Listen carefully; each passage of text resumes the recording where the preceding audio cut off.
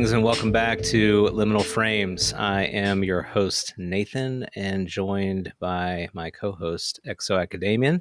Great to have you along with us on the show. This will be our 12th episode, which makes me excited to say. Hard to believe we're already at 12. I feel like we just started the show yesterday. But Exo, how have you been and what's going on? I'm doing well, thank you. And 12 episodes. That's not bad. I was thinking about that the other day. We forgot to celebrate when we got to double digits, because I've got the zero before the numbers, right? So we're up to 0, 1, 2. And remember, I said I saw us getting to 100. So we only got a few dozen to go. But yeah, happy to be here and excited for some great clips and then sort of pulling out some great insights from those. Yeah, for sure. We've really enjoyed this format. I think we're going to stick with it for the time being. It allows us to grab interesting little bits of content from across the community and topics of interest and kind of turn them over and examine them in the way that we do, and hopefully put it together in some sort of cohesive narrative. And it's on that word that we're going to dwell today. This show is really all about narrative construction and what that means for how we approach different topics, how we approach things that we hear in the news, how the narratives that we tell ourselves really shape our lives and the stories that we imbue with meaning. And so we're going to go through some clips here, some things that folks will be familiar with and some that you may not be, and just kind of look at different ways that they shape interpretation, and also think about how we ourselves are primed as we approach the content.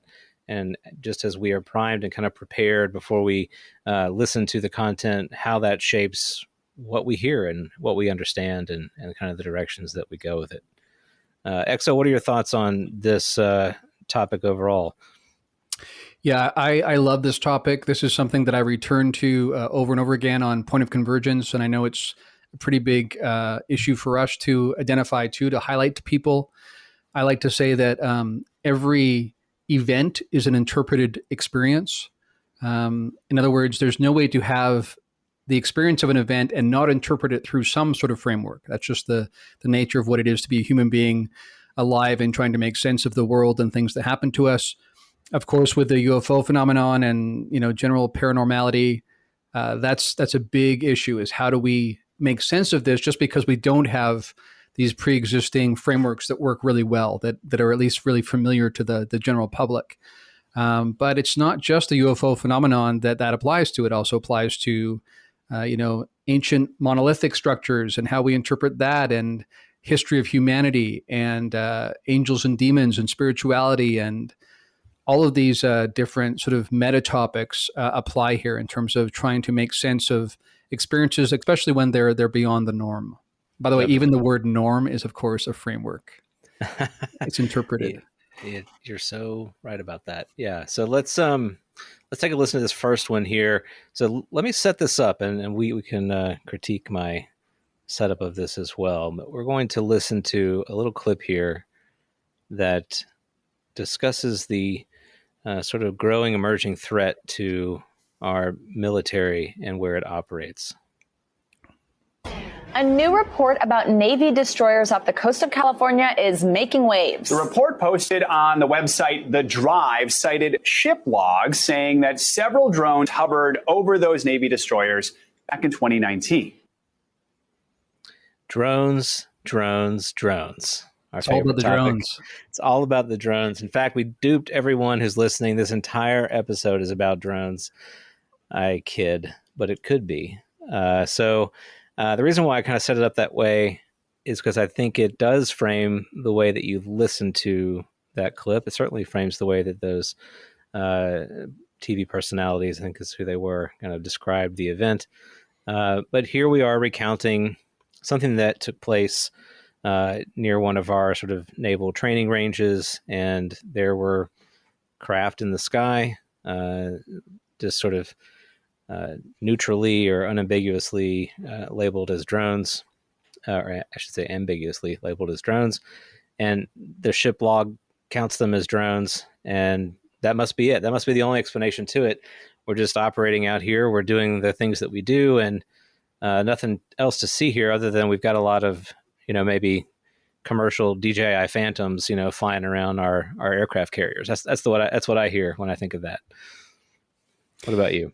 Yeah, it's funny. This term drones has become the new catch-all phrase that we just insert whenever we don't know what it is, right? So if it's up in the air and it's doing kind of strange things and it's not an airplane or a helicopter, we just insert drone.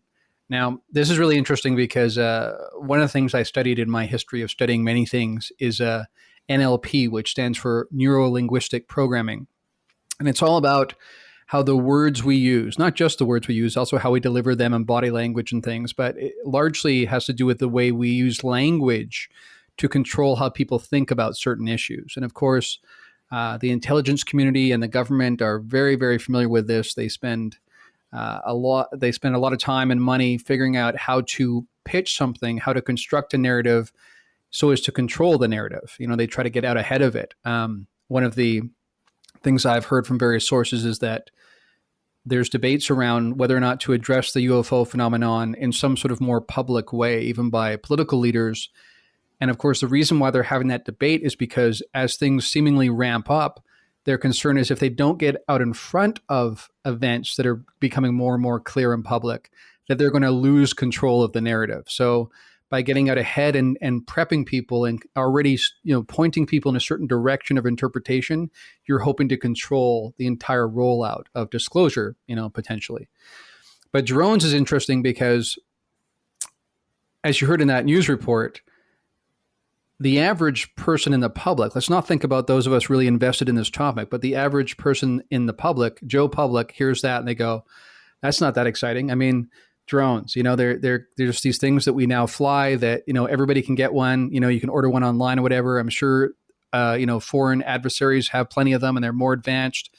So it just sort of like allows you to insert a term which takes all of the mystery away in some ways. Like it divorces the experience or the event from the actual mystery or the intrigue even, right? It really makes it boring and safe and tame in some ways. And that's what's most interesting to me.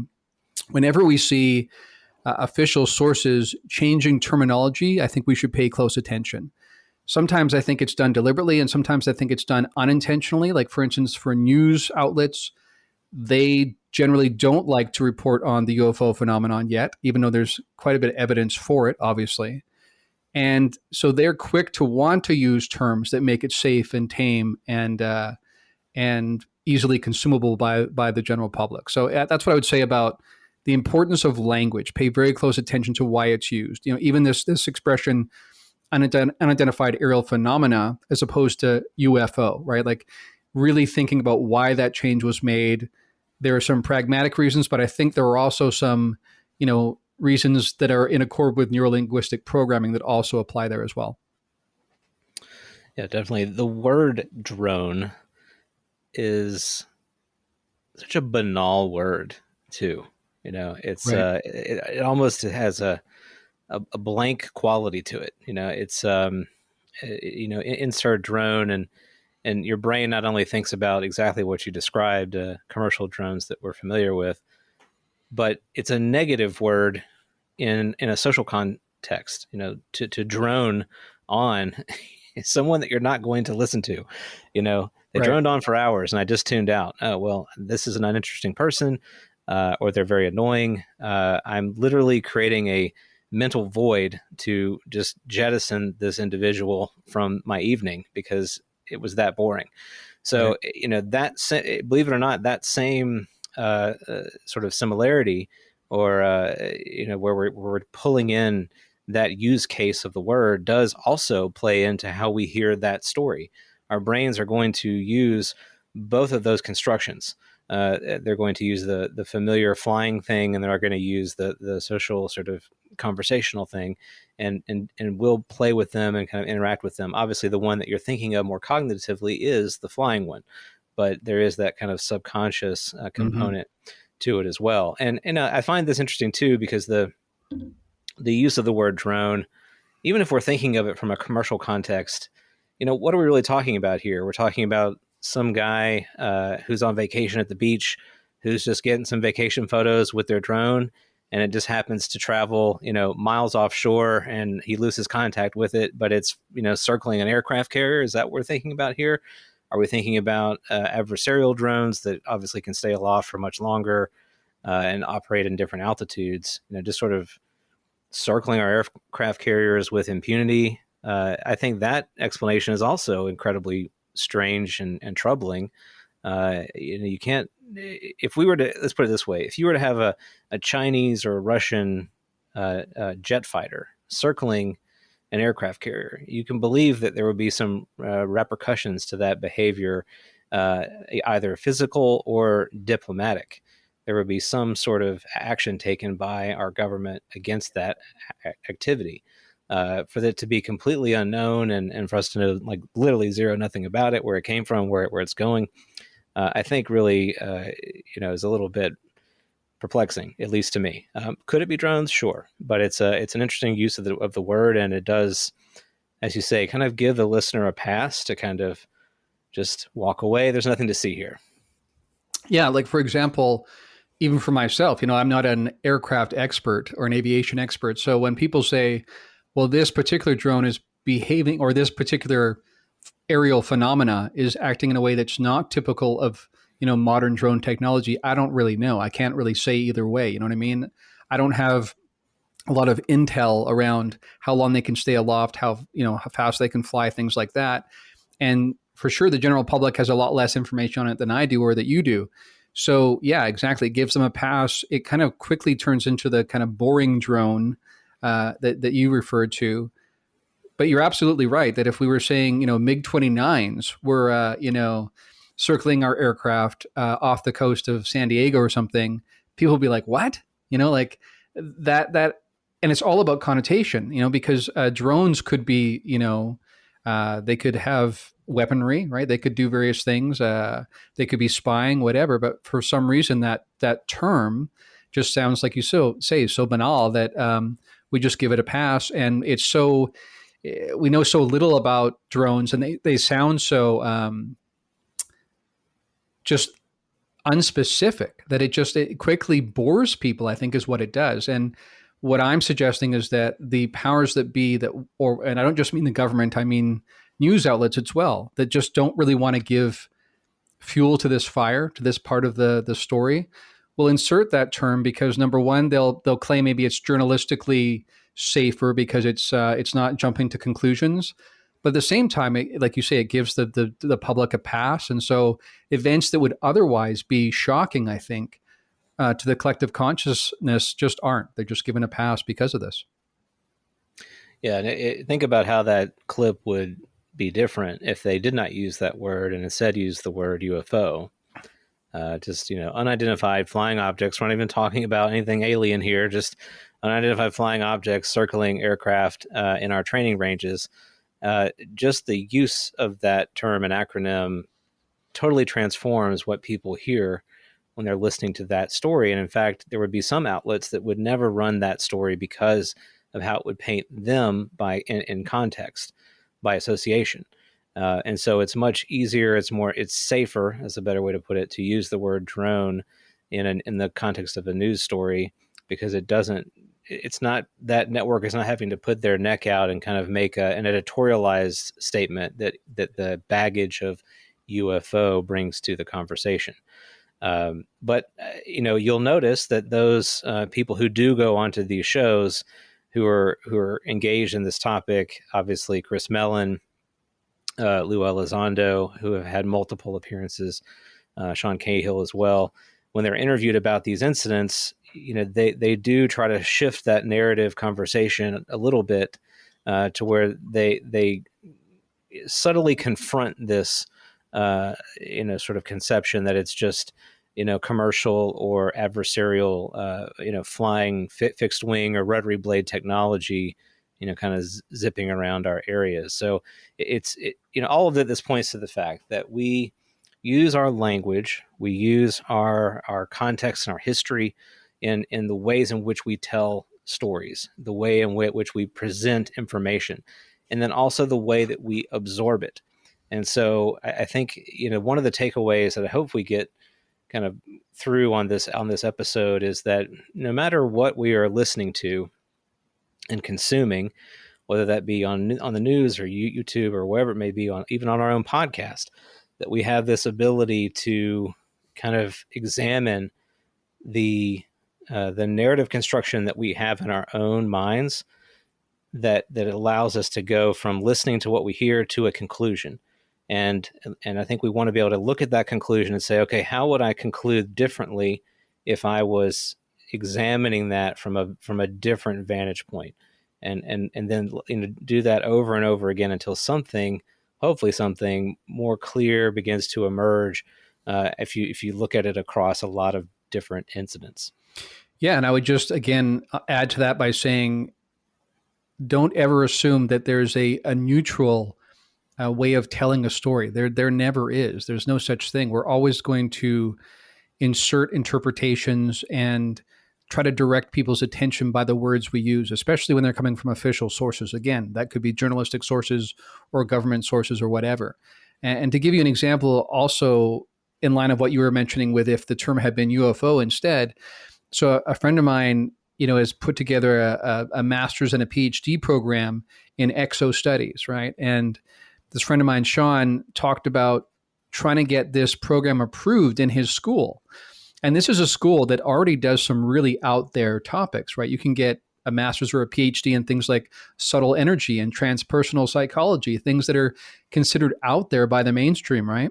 And yet the same people taking those programs complained when Sean's program came online because they said, well, we don't want to be associated with UFOs and aliens. Come on, let's just stick to subtle energy and transpersonal psychology and, psi phenomena, right? So that's a perfect example of how people have these, interpretations, these associations, these connotations around these terms, and it completely changes how the story is heard in people's minds. Yeah, I'm glad you brought that up. And let me just tack onto that real quick before we go to this next clip, that there's, we all are exercising our credentials, our credibility in the circles that we find ourselves. And so we signal our credibility to each other in a variety of ways. So if you're in academia, you're signaling your credibility through the degrees which you have earned, the fields that you study, the number of papers that you've published and where you've published them. All of these things you are going to wear on your sleeve.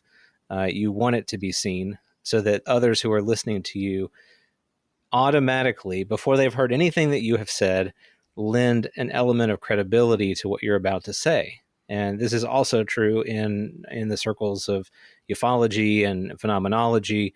Those who have had experiences and experiences that are, extreme and seem, fairly verifiable. Maybe they had another witness or whatever.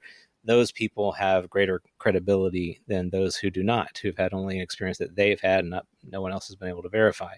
The military, if they've had an experience not only with a pilot, but also with a sensor system, wow, the credibility there is kind of through the roof. And so, we need to think about these things because they do affect the way in which we digest, absorb information that is presented to us. And I'm not saying that they shouldn't. They should, because, I'm not an expert in aviation. I can't fly, a multi-million-dollar fighter jet. I don't spend a lot of time up in the air looking at things.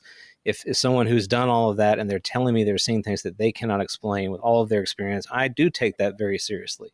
And I also take it more seriously if our sensor systems, these incredibly expensive systems, are examining the same kinds of Let me just behavior. stop you there, my friend, because Neil deGrasse Tyson said we has already dismissed all those. So we're okay. Let's just leave that aside. That's a fair point, and I'm glad you brought our good friend up. I wish him all the best. So yes, but that's a great example of where we have competing credibility at play in the public conversation. And that's probably why you brought that up. So you've got these different voices where now we're having to wrestle with this issue. On one side, we have this well-known popular scientist. On the other side, we have a government who's telling us certain things, and our specialists within that government telling us certain things. All of these things, to distill it down. They come down and they really go into the blender, the smoothie, if you will, that we all kind of consume. Absolutely, and I'm glad you went on this this tangent here, because I think it is really important for us to highlight this before we go into the next clip. In that specific case, Neil deGrasse Tyson had the gall to come on and say he just thought this was an example of confirmation bias, and then he was told by some of these pilots, listen, I'm an F-18 pilot who spent years making my only focus identifying whatever's in the sky, knowing what it is, what it's not, being not only taught classes in cognitive bias, but having actually led classes for other people where I actually teach about cognitive bias. In other words, I know exactly what cognitive bias is. I do have my filters, lined up to look out for that. And I'm still telling you what I saw was anomalous, right? And yet he still has the gall to dismiss it. And people who, again, are kind of lazy just go, oh, well, until the Neil deGrasse Tysons of the world are saying something's there, I'm just not going to pay attention. As another example, I shared some work that's been done by Bernardo Kastrup, which is a big influence for me in terms of consciousness and idealism being a way of seeing reality in a more realistic way. I think it's a better and more powerful explanatory mechanism to explain what we're seeing, not only with the UFO phenomenon, but with reality in general and how consciousness impacts reality. And when I shared some links to a course that Bernardo taught, someone said, this course looks pretty woo. And here's a Wikipedia article talking about quantum mechanics, right? And what people don't realize is that, Wikipedia, again, is not like some neutral source, right? It's people like Rupert Sheldrake have talked specifically about how there's a certain army of reductionistic materialists who basically are, waiting by their keyboard. And the second anything comes across it, like goes outside the parameters of what they consider mainstream, reductionistic materialism, they will edit it on the fly. And so even someone like Rupert Sheldrake has had his own profile be rewritten within minutes after something gets updated, right? So to assume that, again, there's any kind of neutral go-to place you can go to get the right answer is an assumption, and it's kind of naive, and so I understand this is challenging for some people because they say, well, if I can never get a neutral source, who am I supposed to trust, right? Mm-hmm. These are important questions. They're tricky questions, and the question around authority is a central question when it comes to all of this, because as we've talked about, and as I've talked about in Point of Convergence, all of these phenomena ultimately lead to the very construction of reality. So, and it certainly seems to be building up a vast assortment of evidence, like a dragon's lair of evidence, saying that the traditional mainstream reductionistic materialistic view of reality does not fly. And not just because of the UFO phenomenon, but because of quantum mechanics, because of the neuroscience of consciousness. It goes on and on. So it is tricky, and it's going to be a very confusing time when it comes to, disclosure, quote unquote, as we've talked about many times, because you're going to have that really messy in-between stage where all of our authority structures, all of our ways of identifying what's real, what's not, what we can trust, what we can't, all of that's going to have to shift midstream in real time over multiple years while all this rolls out. It's not going to be a simple process, and it will be messy. I guarantee you that. Completely agree. And I also want to say Dragon's Lair of Evidence seems like it would be a great t-shirt or something. We need to work on that. That'll be available next week for $9.99 on our website. Excellent. There we go. Hopefully it's not trademarked. All right. So I had to get that in. All right. So the next clip here is I won't prime the listeners here when I put this one on. I think it'd be pretty evident once it starts playing. So here we go. Entire area. Archaeologists are baffled by what Puma Punku was, how it looked, and what the purpose of this enormous structure would have been. Mainstream scientists believe the site was originally constructed about 2,000 years ago. Okay, so that's a short clip. It won't surprise anyone to know that I pulled that from the History Channel's YouTube. And it's Ancient Aliens, the Impossible Stone Blocks of Puma Punku. That's on season 9, if anyone's interested. So I love that because one, I like many people am fascinated by megalithic structures. How could they not, sort of spark the imagination when we're talking about really precisely engineered, gigantic, stone blocks, sometimes with, sort of detailed geometric shape.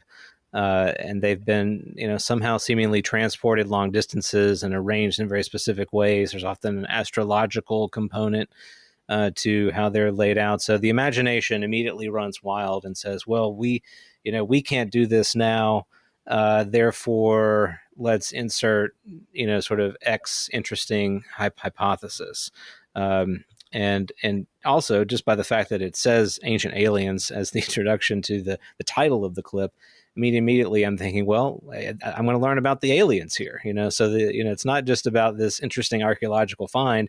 It's this interesting archaeological find that was placed there by some sort of advanced non-earthly, non-human alien technology.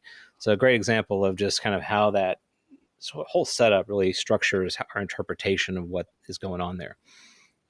Yeah, and like you say, they don't even have to use the word aliens or ancient in the actual discussion itself of the clip, right? Just the fact that someone sees the logo or maybe even just sees History Channel, they're going to think, ancient aliens, because it's kind of become ubiquitous, right? And yeah, but again, there's so many assumptions behind that. And ancient aliens is an interesting cultural phenomenon in general, because, I have a couple of friends who've been involved in that show, and they have enjoyed being on the show, but they also recognize that sometimes they just really run with ideas and just, see how far they can, keep the mileage going, kind of thing.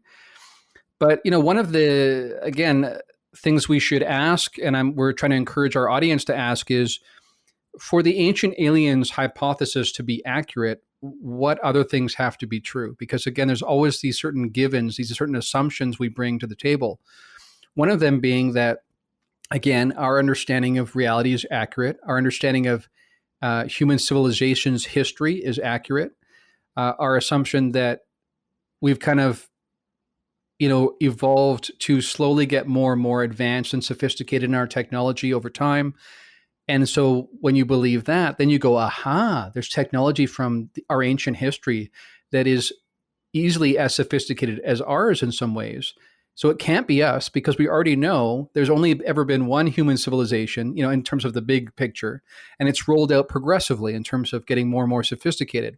So when you believe all those things, then you go, aha, so insert some additional intelligence that must have done this, and i.e. aliens, right? Because again, if you make certain assumptions about, let's take interdimensional off the table, let's take time travelers off the table, let's take, shadow biome beings off the table, right? Let's take light energy beings off the table. You take all that off the table and you stick with a physicalist paradigm, then you go, yeah, it's got to be aliens, got to be extraterrestrials coming here and doing stuff that we see now archaeological evidence for. But what I'm trying to point to there is that you have to buy all of those assumptions for that to be the logical conclusion you come to. And it's just, again, a good reminder to people to pay attention to what people are asking you to buy before they sell you that bill of goods. Yeah, and I've heard a lot of people talk about megalithic structures and ancient aliens in the context of, if you double down on the alien aspect of this, you really belittle the ancient human ability to do amazing things. And we do have we absorb this notion. We are also taught and reinforced this notion that the arc of history and knowledge is progressively up. That where we find ourselves situated in the present is advanced in every way from what preceded it. And we are continually advancing. And so I think it's an interesting way to look at things. And maybe we are at that point in history where it's very difficult for us to distinguish or to see that that's in many ways kind of a fallacious construction. We do live in a world where so many things are seemingly better than they were in the last 100, 200, 300 years. And I think even more challenging is just with our computational power, the dawn of computers and Moore's law, advancing at the rate that it does, at exponential speed that continues to move forward. That's one of our sort of nearest parallels that reinforces this notion. So it's really self-evident. We kind of take it as just part of the air that we breathe, that we are into this place, and those stupid ancient people, they may have done some really cool things, but they just threw hundreds and thousands of humans at it, and with real brute force, they were able to do what they did.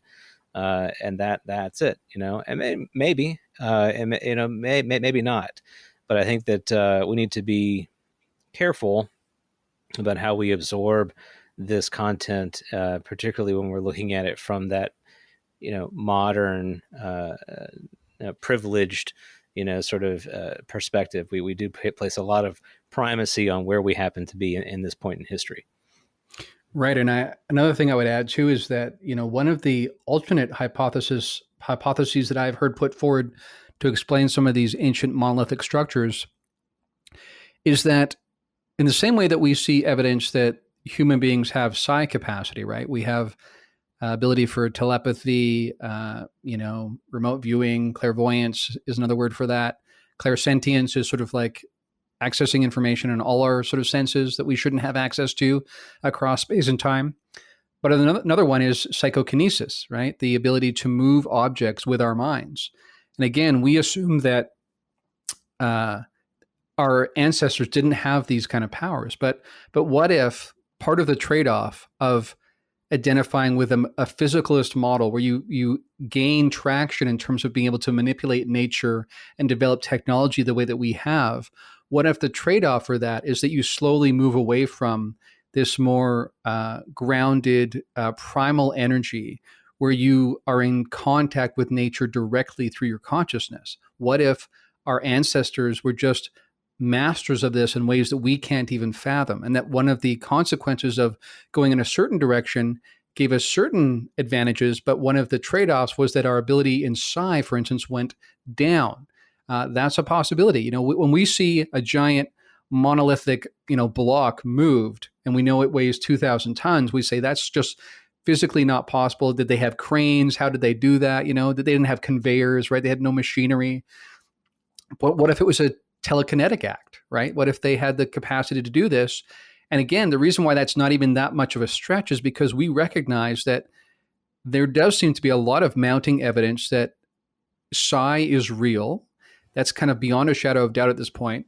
And time and space seem irrelevant, and human beings seem to have the capacity to exercise psi capacity. So it's an assumption. It's kind of an assumption where we put ourselves at the center of the universe, in saying that nobody was ever better than us at anything, kind of thing. We're the pinnacle, right, of human civilization. Maybe not. Maybe there's been a trade-off, and what we're seeing there is evidence of something like psi capacity in our ancestors.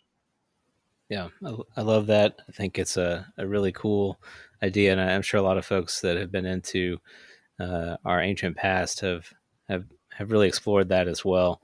I think a lot of listeners will identify with that. The next clip, I'm I'm laughing because I can't wait to. I really want to tee this one up. So we were talking about clips today, and you sent me a YouTube link. And when I started playing it, I was like, this guy has the creepiest narrator voice, and it's absolutely perfect for this content. So I will set this one up a little bit. What we're going to listen to is a reading from the book of Revelation. And let me harp on one point real quick here, because my dad always harped on this with me. It's not the book of Revelations, it's the book of Revelation. So if you ever hear somebody say it plural, they're saying it wrong. Sorry, that's the minister's child in me coming out. So we're going to listen to this clip, and it talks about something that most people in the West will have heard about, this notion of the mark of the beast. Let's tee that up. Speak. Then the statue commanded that anyone refusing to worship it must die. He required everyone, great and small, rich and poor, slave and free, to be given a mark on the right hand or on the forehead, and no one could buy or sell anything without that mark, which was either the name of the beast or the number representing his name. Wisdom is needed to understand this. Let the one who has understanding solve the number of the beast, for it is the number of a man. His number is 666. All right, well, I had to stop it there because that's the perfect way to end it. So this guy's voice is like, for me, it's kind of metal. I don't know. I feel like this should be like some sort of metal opera. Yeah, we should follow it up with Iron Maiden at that point. I mean, exactly. It's just so good. All right, so this is one that probably cuts close to home for you and for me, growing up in the Christian tradition. The Book of Revelation, along with other books in the Christian Bible. The Book of Daniel and Ezekiel and a few others have a lot of apocalyptic language and text, and because it's apocalyptic, it gets a lot of attention. It's very juicy material, and every generation of human beings has wrestled with this notion of something's wrong with the world that I find myself in, and hopefully it's coming to an end soon, and it's going to get fixed. And so we have this sort of craving for the end times. We have our own little eschatological desires that we bring to the table. And the Mark of the Beast is just a great one because it combines all those things together along with this sort of technology. You hear people talk about the advances of technology and neural implants or things that, tattoos, and it's changed over time as technology has changed.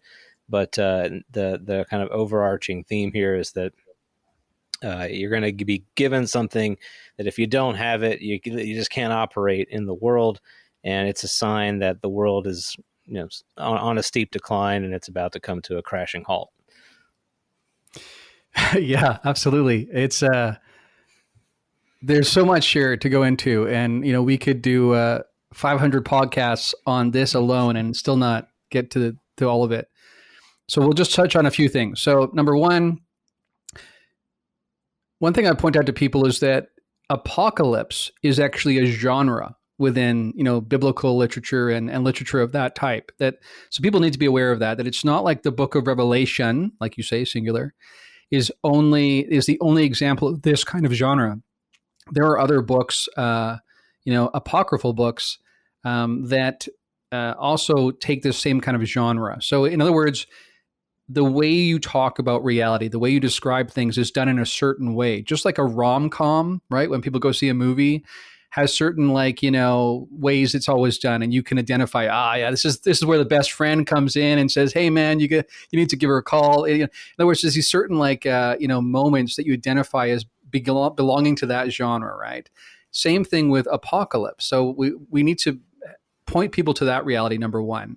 Number two, it's always vague enough that it can apply to almost any point in history, right? So I think one of the funniest things about being alive, for several decades is that you begin to see how every year this gets interpreted based on current events, right? So most recently, I remember hearing about, a COVID shot.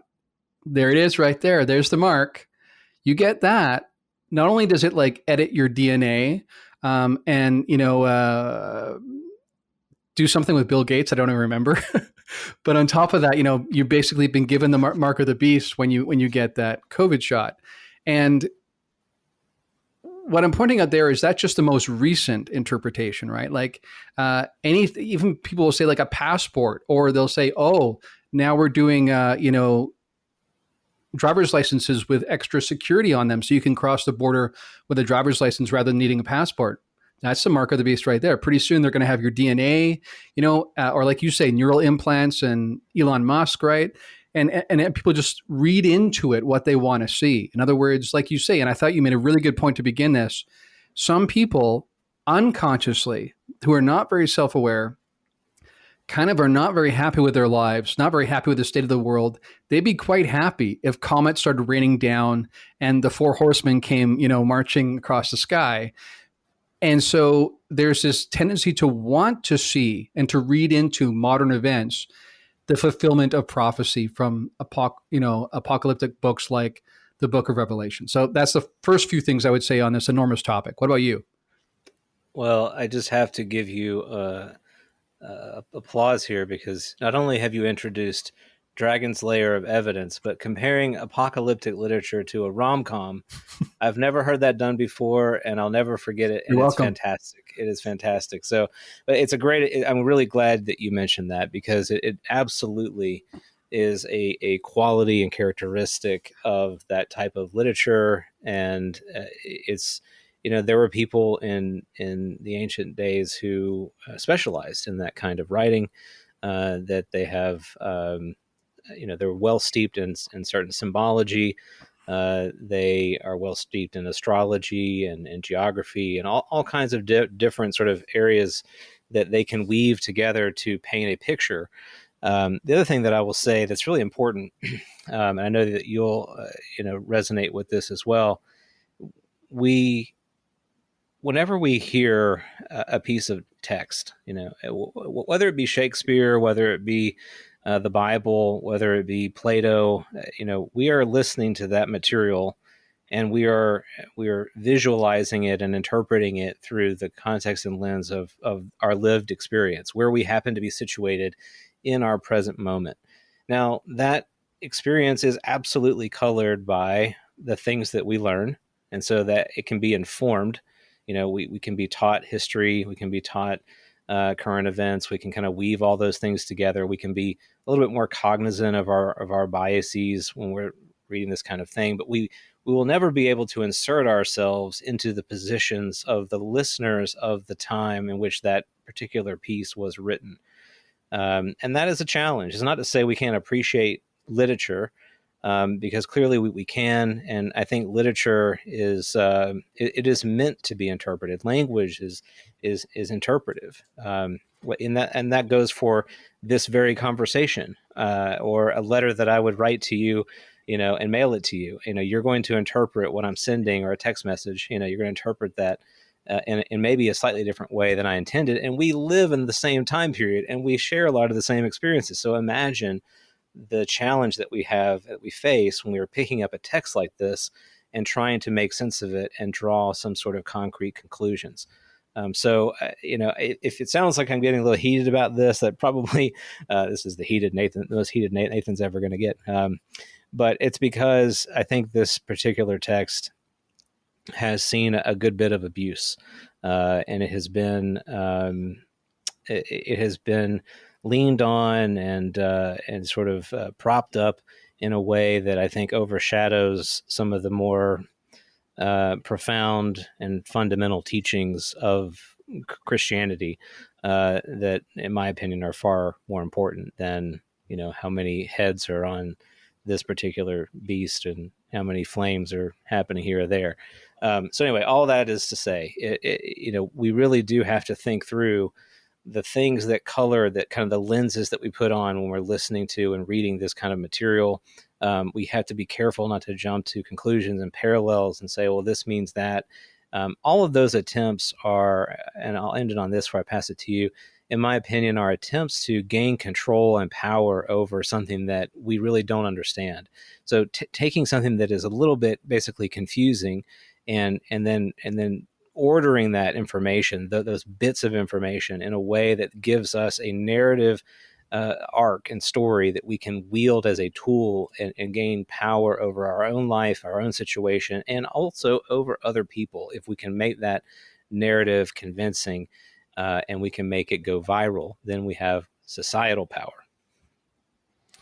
Yeah, absolutely. And I think to add to that point, I would say that people need to understand that even within biblical scholarship, there's different ways of interpreting apocalyptic literature, and there's different ways of interpreting the book of Revelation. In other words, even for people who've studied this for years and can read it, in Aramaic and Hebrew and whatnot, they still disagree about what the ultimate aim was. So for instance, there are some people that see the book of Revelation as more like coded messages about the Roman Empire, but said in such a way as to not get in trouble with the Roman Empire, right? So imagine you're in the midst of society where there's this controlling army that will come down on you if you say anything against the empire.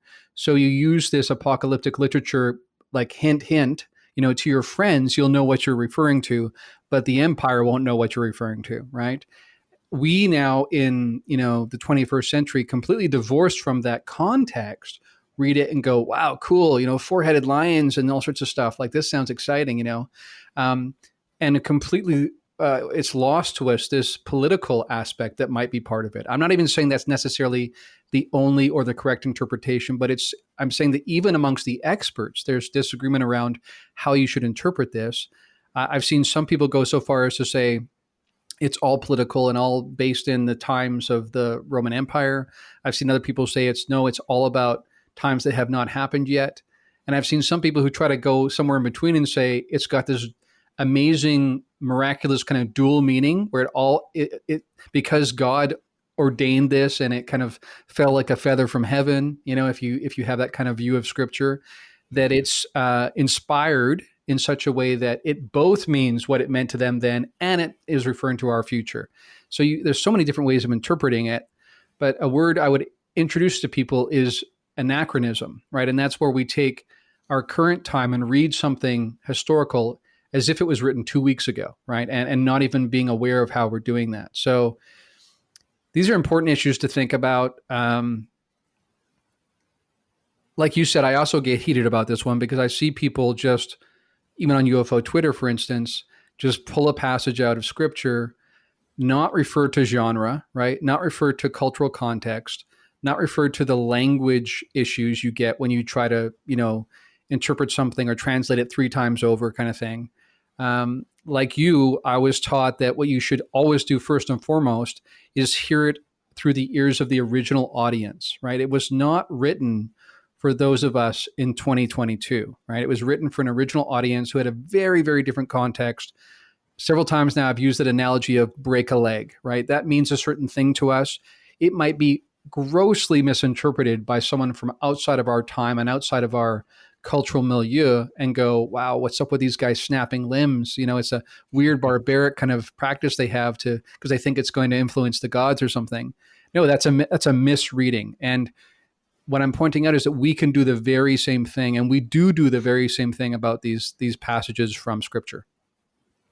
Yeah, and the last thing I'll say on this too is that regardless of the factual accuracy of interpretation, which I think we can argue is going to be a little bit challenging, to say the least, on a text that's so far removed from our current context, regardless of what it really means. The way in which people use this text to make decisions, to impact people in their own circles of influence, the way that impacts the way that they make decisions in their own lives, that's important. And we could spend a whole other episode, and we may at some point, going over this particular branch within ufology in particular, because we certainly have heard the stories of individuals with a great deal of influence interpreting this text and others like it in a certain way, such that they want to even make it come about in our modern day time. They want to usher in an apocalypse, essentially, in order to be in line with what they think is the base core meaning of this text and others like it. So I think that's something we will circle back to over and over. Right. And before we move on to the next one, I just want to highlight that point and say that, and I think we addressed this in our aliens or angels and demons or daemons episode, one of the first few episodes we did, but just to say it one more time. People, for some reason, seem to act like these people with security clearances that are in the intelligence community are beyond having religious bias or having their upbringing impact their way of reading intelligence in the modern day. And I just want to highlight that that's just not the case. Of course, we think about groups like the Collins Elite here. And I've had people from outside an American context say to me, come on, these people have like high security clearances. They've been through training.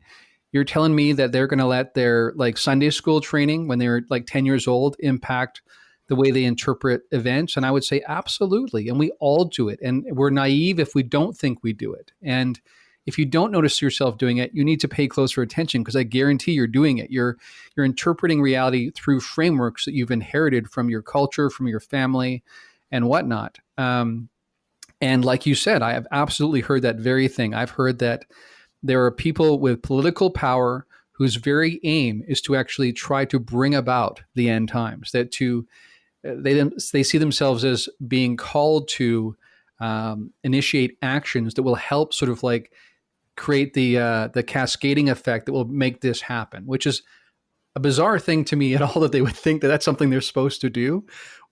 Secondly, even more bizarre that they think they can do it. But these are people that are political leaders in various positions around the world. So just be aware that these frameworks have real impact, and they can change our world. They can have real time, serious impacts when people take these things literally. Yeah, well said. So we'll transition now to, actually, it's not a transition. We'll round this out. Let's put it that way, with a clip here that does touch on that angels and demons aspect. The last place you'd probably ever suspect you'd find a biblical scholar is at a UFO conference. I've been to a bunch of them. I've spoken at a few. The reason I'm there is because that subject matter is hugely popular. Just think of something like Ancient Aliens, millions and millions and millions of viewers. This is a big deal. And it's a big deal for me as a biblical scholar, because when you get into this subject matter, it's inherently about questions like, what really is humanity? Who put us here? What about God? Is there a God? Maybe the God we think of is actually an alien superior being. Now, for me, this takes us right into the unseen world, the realm of angels and demons and gods and God himself. Biblical stuff. Biblical stuff, indeed. I'm going to let you have that one first. That came from you, so where do you want to go with that? Well, a few things. First of all, you notice how this person has a bit of a savior complex, right? They think that these poor ufologists, right, these poor people, gathering together to discuss aliens, are deceived about what they're actually perceiving and experiencing. And I'm going to go and I'm going to sort it out for them. I'm going to help explain to them that whenever you deal with things that are beyond this normal reality, you're now in the realm of what a biblical scholar, well, again, that's interesting how he uses that terminology, because that's a very wide-ranging expression. But in his case, what he means is, now we're in my field of expertise, which is, God, Satan, angels, demons. And so he's already making the leap that when you start talking about these otherworldly creatures, you're now in this territory. And this territory only includes these certain pre-existing categories. And so I'm going to go and help these poor people understand what they're really dealing with. And notice when he says the thing about, are these poor people thinking that maybe God is a sophisticated alien? But what's not said there, but is definitely implied, is that that's the wrong assumption, that actually his view of probably an evangelical conception of Father God, is the right one, and this alien idea needs to be corrected. I'm not taking a position either way there. I am a spiritual person. I do believe in a cosmic intelligence, but I want to quickly and importantly distinguish that from a very specific narrative around a certain creation story and certain assumptions about the way that this hierarchy of spiritual beings is set up. And this was on a website, I think, called Faith Life, or on a YouTube channel called that. So that kind of right away tells you what their interpretation is. Again, so you go to the YouTube channel for Ancient Aliens, and you know right away when they're talking about ancient monolithic structures what their spin is going to be. I found this clip on this Faith Life YouTube channel, and I knew right away when I saw this description or this title that this spin is going to be, let's go and help these poor people who are misinterpreting what is actually an experience with angels and demons. Back to you. Yeah, spot on with that. They're all words that we've chosen to use to explain and signify something that is happening outside of our normative experiences, right? So we have a lot of mythologies and sort of language that across our cultures that attempt to categorize and box and shape and inform experiences that happen in our lives that just don't fit neatly into the kind of story that we're given. And so, for some who've adopted the angels and demons and God, as you said, God the Father, this entire mythology, for them, it's operationally useful. Think of it like a software. It's really helpful. It orders everything that they do, and it's actually coherent. So that if it may not sound that way to those that don't believe in it, but to them there's a internal consistency that they have developed, and you and I both know this very well, having grown up in some of these traditions, that the lexicon that is used in these circles is so detailed and so interwoven that what it does is it does help to explain pretty much everything that happens in a person's life. So and therefore it becomes powerful because there's nothing that it cannot explain, right? So we have to recognize that that's happening not only in those circles, and there's a tendency of those individuals to take that rubric and apply it to any subject. It doesn't matter what it is; they're going to take that construct and apply it everywhere.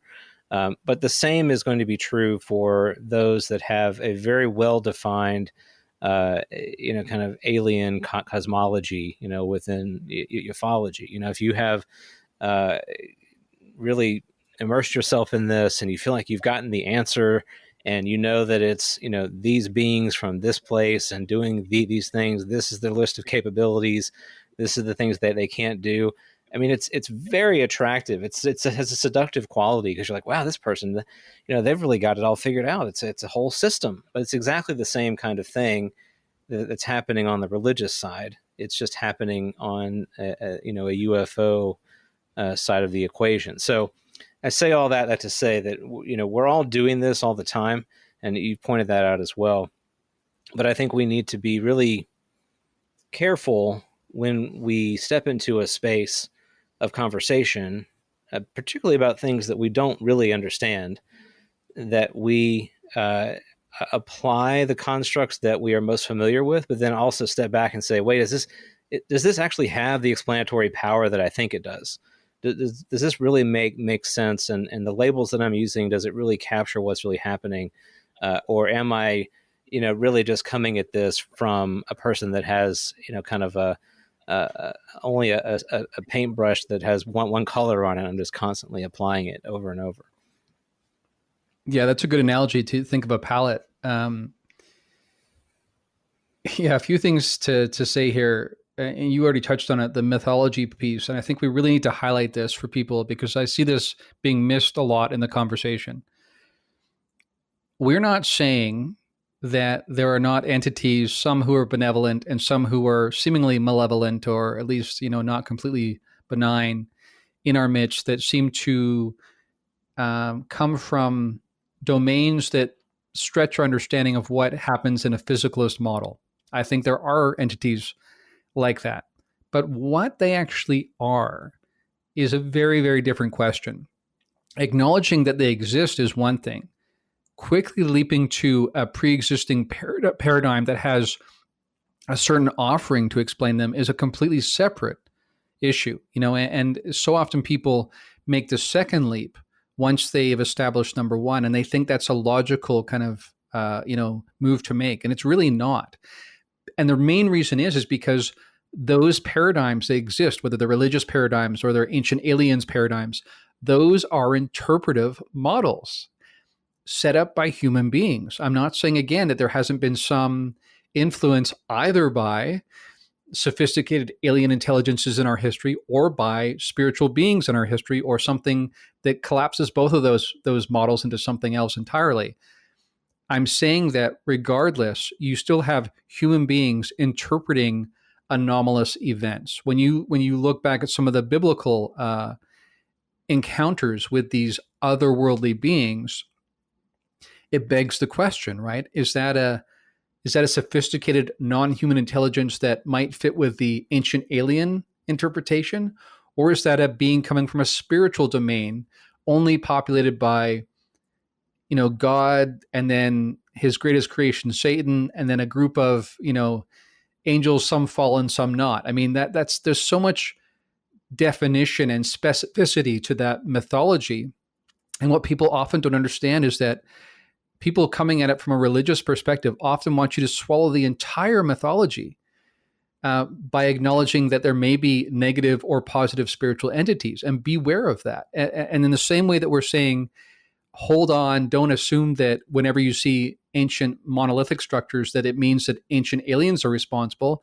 In the same way, don't assume that Satan's minions are responsible for someone being abducted from their house in Los Angeles. I mean, don't leap to those conclusions. We're not saying a priori that none of those are possible, but we're saying that beware of going from assertion number one, which is demonstrable by evidence, and leaping to number two, which is fully an interpretive grid at that point.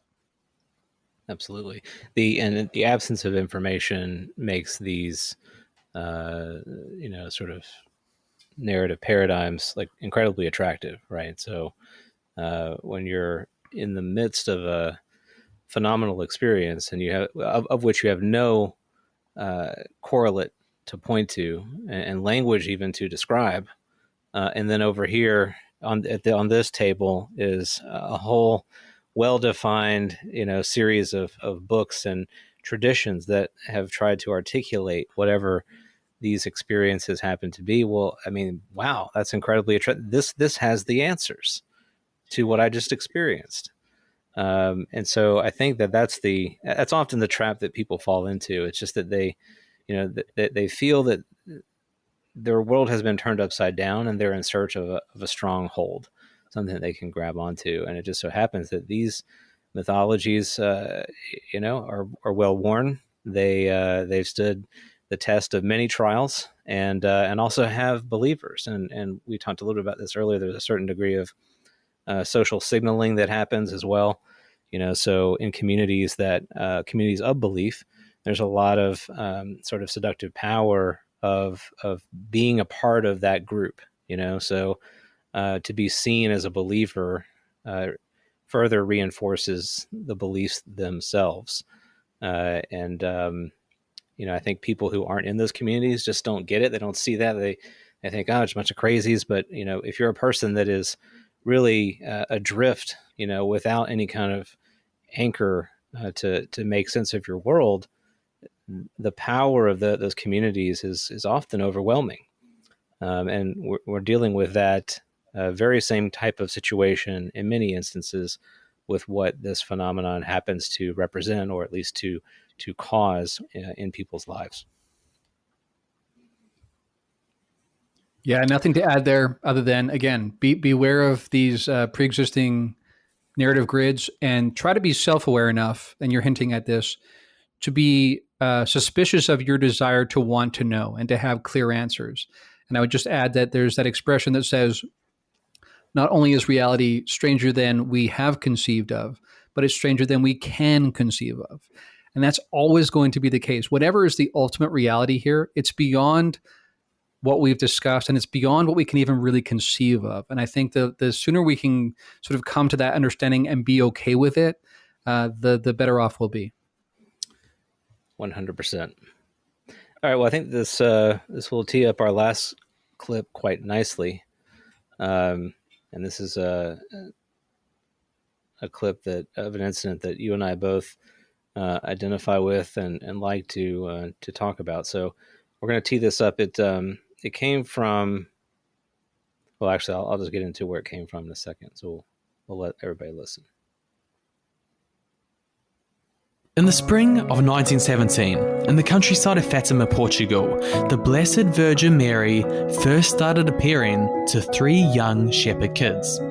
Lucia dos Santos, Francisco and Jacinta Mato each day had to take care of a flock of sheep owned by their family. One day, as they were looking after their sheep, they suddenly saw a bright flash of something like lightning, followed quickly by another flash in the clear blue sky. They looked up and they saw a lady clothed in white, brighter than the sun, radiating a light more clear and intense than a crystal cup filled with sparkling water lit by burning sunlight. All right, so that's a great clip, and it comes from a YouTube channel called Catholic 365. So you can immediately understand where they're going to go with the interpretation of that event. And I wanted to stop it right there because, even though you have the kind of like, ethereal angelic music playing or whatever, the interpretive layer hasn't quite been applied to the experience that is being recounted there. So the story is that this being of light, a female kind of presence appears to these children, and that that it describes it in all these really powerful quote unquote angelic qualities, and then they're going to kind of go from that point to it being kind of an image of the Virgin Mary, and the rest of the story kind of writes itself within the Catholic tradition. So I love this story. For many different reasons, it's very attractive as a story that we can look at from a phenomenological perspective. But what do you think of when you hear this clip here? Yeah, I mean, like you say, the music playing, the picking and choosing of which elements of the story are actually shared. Again, I see people making this mistake of saying, well, listen, the Catholic Church sent investigators and they spent years, like a decade, looking into this. Surely they're not going to be biased by their own prejudice in terms of what they ultimately conclude. And I'm like, of course they would be.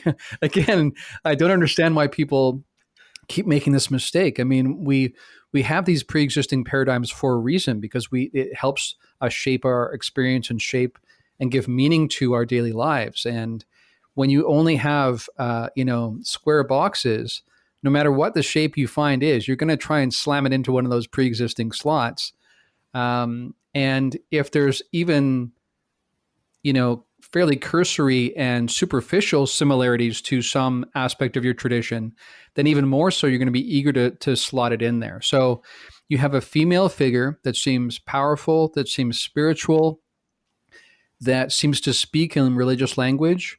So again, from a Catholic worldview, absolutely, it's got to be the Virgin Mary. Option number 1, thank you, ding. It's like, it's really that simple. I mean, it's when you only have so many options, and one, again, even superficially matches one of those, you're going to quickly line it up because you're convinced that your view is complete, is comprehensive. So what else would you do in that situation?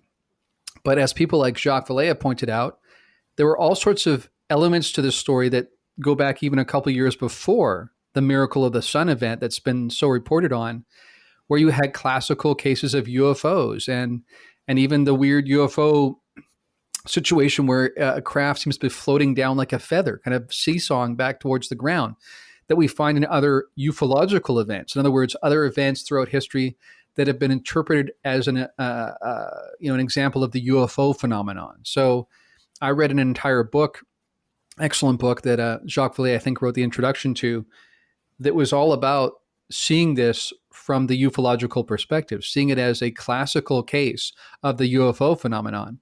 And what's ironic here is that anyone coming from the Catholic worldview is largely oblivious to those other elements and to the ways that it lines up easily just as well with a case of the UFO phenomenon as it does as a case of the Virgin Mary appearing before people. Not only that, but even the you could even argue that this being that appeared began to speak in language that worked for the people of the time, right? So that's another thing to bring in, another layer of possibility here, is that if these are again, however you want to define the origin of these spiritual beings, right? Again, there's different ways we could conceive of that. But say if they do want to influence humanity, whether they're coming from, an extraterrestrial source, or they're coming from an alternate spiritual domain, or they're interdimensional, or whatever you want to say, then it's not surprising that they might use the language and the pre-existing constructs of the time to help lead people in a certain direction, because that makes the most sense. Like, tell it to them in a way that they will understand and that they can comprehend, but still steer them in a certain way. That could also be a possibility here, but it's certainly much more than just a classical case of a standard Catholic event of the Virgin Mary. Yeah, and I want to touch on a couple of things there. So toward the end there, it's important to point out that in just the same way, the phenomenon and its interactions with us now, where many do lean on this, sort of ET interpretation, or, insert your, hypothesis of choice. Those in the same vein are, could be equally, false, just as the phenomenon presenting itself in a, in the presence of the appearance of a Catholic, figure. So I think we have to be cognizant of that.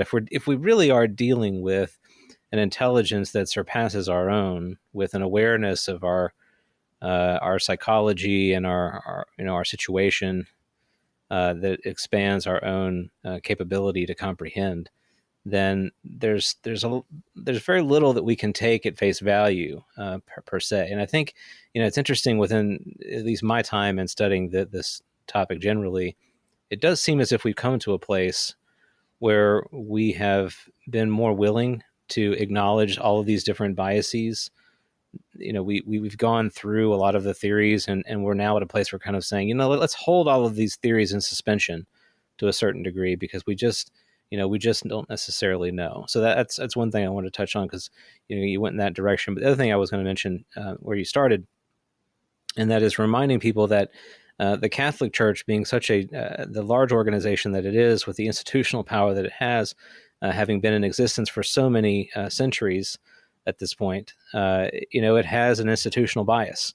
The institution itself, just like all of our institutions, whether they be the U.S. government or other world governments, or the food bank, or whatever it is, institute of choice, it has institutional inertia, and that inertia eventually sort of escapes the capability of those who created that organization to control. It reaches a certain sort of size and scope to where that beast escapes the cage, if you will. I shouldn't use the word beast, because so many other people in Christian tradition will look at Catholics from a different angle. So when investigators from that organization appear and arrive in Fatima to investigate this case, they're approaching it with that inertia behind them.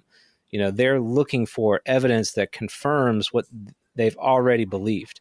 And this is the exact same thing that Catholic missionary efforts did as well. Whenever they went out to indigenous populations, yes, they did try to embed themselves in those communities and tried to learn those languages and cultures, and they did a lot of documenting of those histories, but all of that was in support of the underlying narrative that this is just an extension of God's kingdom. These are God's people. This is, it's all part of the same overall story. So I think we have to really remember that is the case. But also, it tells us that the Catholic Church has a lot of information. If we were to get into those archives, like some have, we would see a lot of different accounts and stories that are told through the narrative conclusions of that tradition, but contain facts that we would look at with a totally different perspective, being situated where we are today. Yeah, absolutely. Some great points there, and a few things I want to point out. So, number one, just to highlight to people how strangely different interpretations can be, narrative structures can be, even within one religion. Let us bring up how differently an evangelical audience or power structure would interpret this event versus a Catholic one. So for people not familiar with the nuances of Christianity and Christian history, let's just say that the Virgin Mary is a much more important figure in Catholic history than she is in evangelical history. In evangelical history, it's largely seen as heretical that, or Protestant history in general, that Mary is elevated to this almost deity kind of level, right? Even though Catholics will be clear to say, no, she's not a deity, she's not a god, she's just this really revered example of a human being. But to an evangelical or a Protestant, it looks very close to almost like a godlike status. So if this event would have happened in Mississippi, for instance, in 1917, it might have been interpreted very differently than where it happened in Fatima, Portugal, which was largely a Catholic population. So even within one religion, Christianity, we're saying the specific flavor of Christianity is going to interpret the same event differently. That's the first thing to point out. The other thing I want to say is that, I had an opportunity to speak with Joe McMoneagle recently, and he brought up an example of an event that I thought was really highlights this point to the nth degree.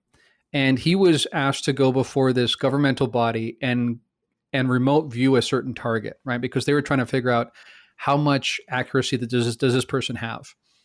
What Joe actually did was, and for those not familiar, Joe McMoneagle is one of the most psi-capable people in the history of the world, and worked with the Stargate program with the CIA and whatnot. Anyway, at one point, he was going to be called to go before this governmental body and identify this target that was blind to him, right? What he was actually able to do, because again, with psi capacity, time and space are irrelevant, he actually identified the target the day before even this governmental body knew what the target was going to be, which again shows you how much this goes beyond our understanding of reality. The next day, right on cue, he said, I know exactly what the target is. This is what it is. And there was gasps apparently in this governmental body. One senator, I believe, from a southeastern state went up to him, slammed his hand down on the table and said, "You, sir, are doing the work of the devil." Okay. Then as Joe was leaving, another senator from the Midwest, a Midwest state, came up and shook his hand and said, "You, sir, are doing God's work." That's just to highlight that in terms of religious interpretations, these are two elected representatives within our government who both take a religious perspective and still come down on two different ends of that religious perspective. And they're both evangelical. So it just shows you how much bias and skewing and interpretation is involved in these events. Want to highlight that for people.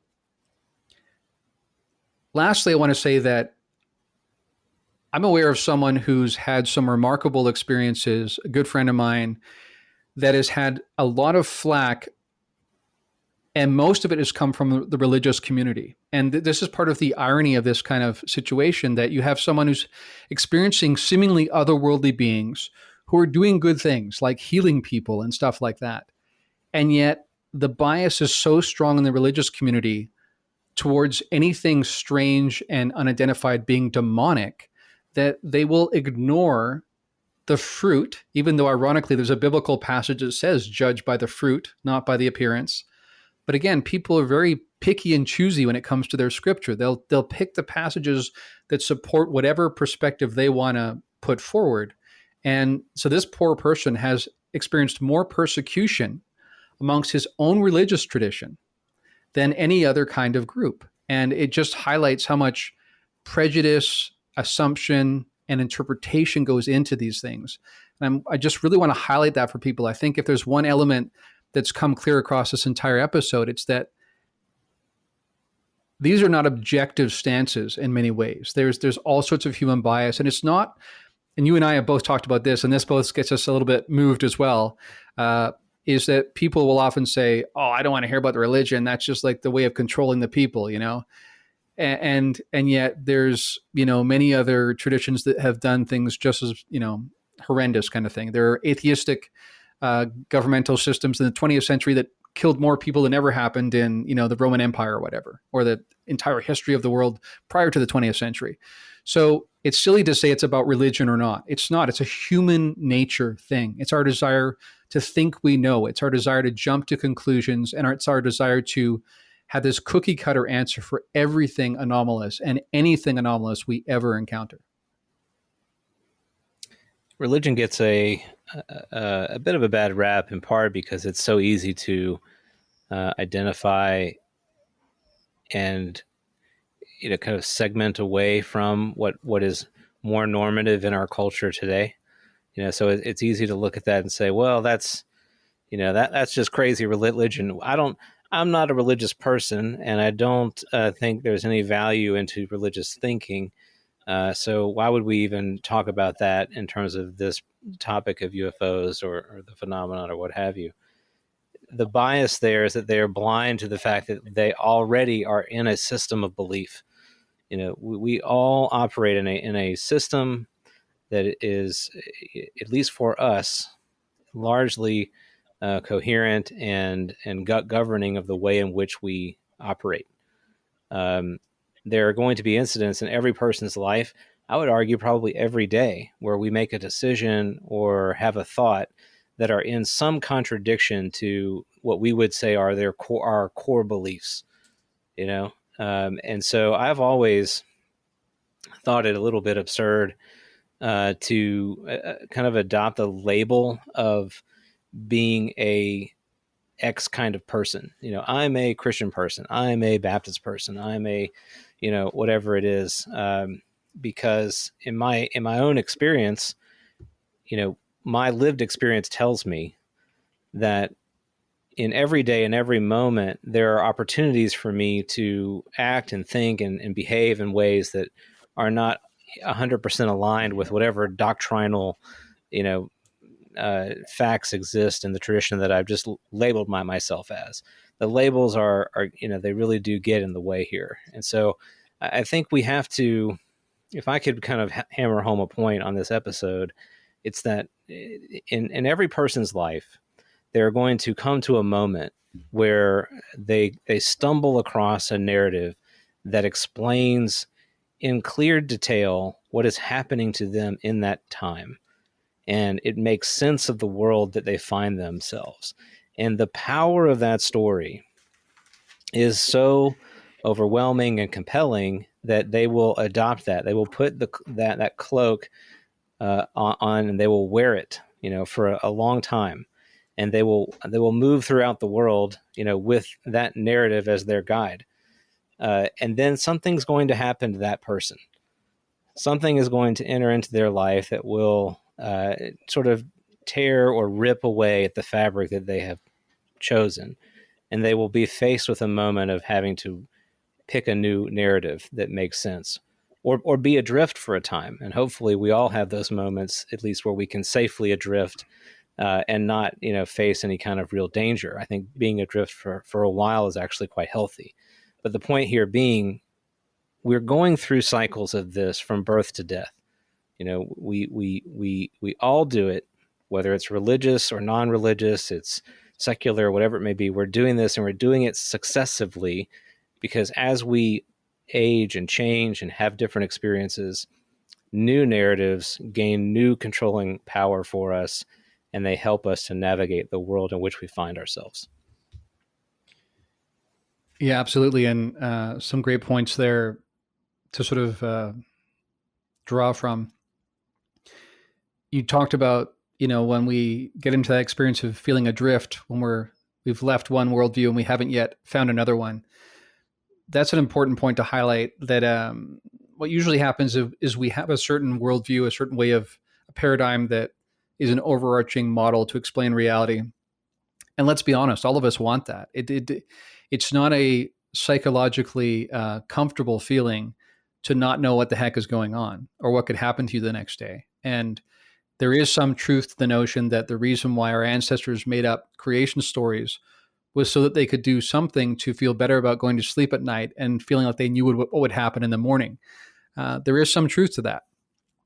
But where we go wrong is assuming that those poor ancestors needed these creation stories to make sense of the world, whereas we don't. We do. Reductionistic materialism is our current model. The Big Bang is our current creation myth. I'm not saying there isn't some truth to it, but I guarantee you it is not the ultimate truth. It's the way things look. It's the most explanatory, powerful, model based on our current understanding, and even that's beginning to fray at the edges. So let's first of all dispel this myth that we're done with myth making or creation myths. We're not. It's just a human nature thing again. Another thing you and I have both pointed out is that you live some life, you've been around for a few decades, and you proceed through different worldviews. And as you do that, hopefully it's not like you escape having a worldview. That doesn't happen. It's just not the way we're wired. But hopefully we hold our current worldview a little more lightly, a little more loosely than our previous ones. Because both you and I have been in points in our life where a very different way of seeing the world and making sense of what's possible existed for us than what we hold to today. And then we're this, that's just one individual lifetime, right? And I've been through several iterations like that. It certainly, number one, makes me hold what I currently hold to more lightly. But it also tells me that if you and I were to have this conversation 10 years from now, I'm going to see things differently. That's just an honest way of assessing the way I've moved through life so far. And it's silly to think I've finally arrived and somehow from here on out, my current worldview will hold sway. So yeah, this is just an overarching, I think, message that's come across this entire episode is be aware that these ways of making sense of reality always exist. They're always with us. Use them as much as they're explanatorily powerful. Use them as much as they help you navigate through the world, but don't hold them so tightly that you close yourself off to outlier data and to the possibility to grow. And at the end of the day, if we only are here to be comfortable and to adopt even spiritual teachings that make us comfortable, we are going to close ourselves off from the possibility of a much more grand adventure. And just, again, pointing back to genres, whenever you have this adventure story, right? There's always the point where you don't know what's going to happen. Things are on the line, right? It's dangerous. I think we need to reincorporate that into our way of living reality, to let it be a little bit dangerous, to let it be a little bit less than safe, less than tame. And when we do that, I think we experience a more grand adventure than we would otherwise. Well said, my friend. I think we'll end it there. Thank you all for listening to the show. We really enjoy making the show, and hopefully that comes through in what we do and what we talk about. We are fortunate to have the opportunity to speak with each other often in person. And we're fortunate as well to have encountered many people on this journey who have decided to join us along the path. And they enrich our lives in many different ways. And I know we both look forward to the people who we have yet to meet that will also change the way we see things and add to the adventure that we find ourselves in.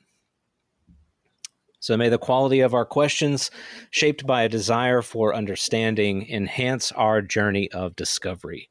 And may our travels broaden the sphere of our consciousness, reminding us that new discoveries beget new horizons. As always, adventure awaits. We'll see you next time on Liminal Frames.